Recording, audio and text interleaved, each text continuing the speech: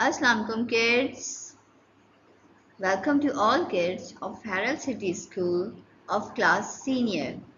Children, today we will learn the question number 3 and question number 4 of general knowledge. The question number 3 is, how many provinces in Pakistan? How many provinces in Pakistan? There are 4 provinces in Pakistan.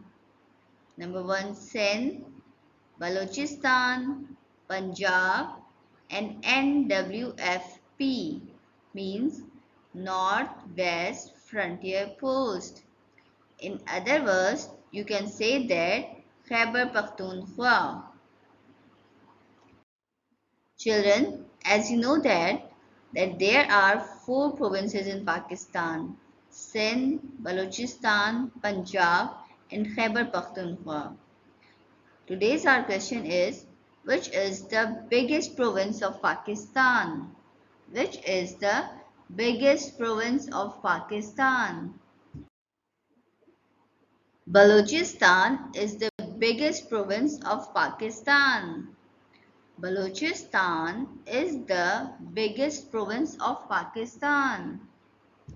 Children, your home assignment is learn question number 3 and question number 4 of general knowledge. Thank you. Take care and Allah Hafiz.